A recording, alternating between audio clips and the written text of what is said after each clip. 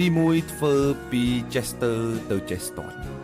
ខ្ញុំធ្វើការជាមួយនឹងគ្រូខ្ញុំដំបូងគាត់និយាយប្រាប់ខ្ញុំថាគ្មាននរណាម្នាក់អត់ខ្ចោះទេបើយើងគិតថាធ្វើអ្វីទៅបានផលហើយល្អប្រសើរសម្រាប់ជីវិតរបស់យើងគឺយើងចាប់ផ្ដើមធ្វើទៅគ្មានអ្នកណាខំប្រឹងមួយថ្ងៃបានផលនោះទេសូម្បីតែដាំបាយក៏ត្រូវការពេល10ទៅ30នាទីដែរដើម្បីឆ្អិនអ្នកខ្លះគាត់មានសមត្ថភាពខ្លាំងមែនទែន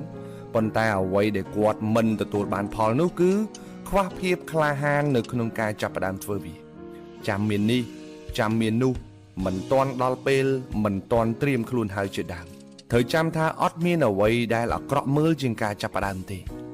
គ្មានអ្វីលំបាកជាងការចាប់ផ្ដើមទេហើយក៏គ្មានអ្វីដែលអស្ចារ្យជាងការចាប់ផ្ដើមដែរ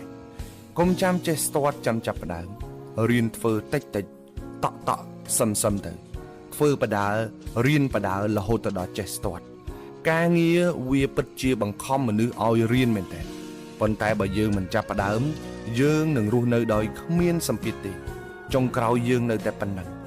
កុំចាំមានអ្វីគ្រប់យ៉ាងចាំចាប់ផ្ដើមអ្នកត្រូវតែចាប់ផ្ដើមដើម្បីមានអ្វីគ្រប់យ៉ាងនៅក្នុងជីវិតរបស់យើងទី2ចាប់ផ្ដើមទៅខុសកែរហូតដល់កើតជាផ្លែផ្កាចង់ចាប់ផ្ដើមការងារមួយដែលមានលទ្ធផលអ្នកត្រូវមានផ្នត់គំនិតមួយគឺហ៊ានខុសហ៊ានកែហ៊ានទទួលយកការពិតកុំបោះបង់កុំប្រៀបធៀបគ្មានការចាប់ផ្ដើមណាដែល perfect 100%ទេ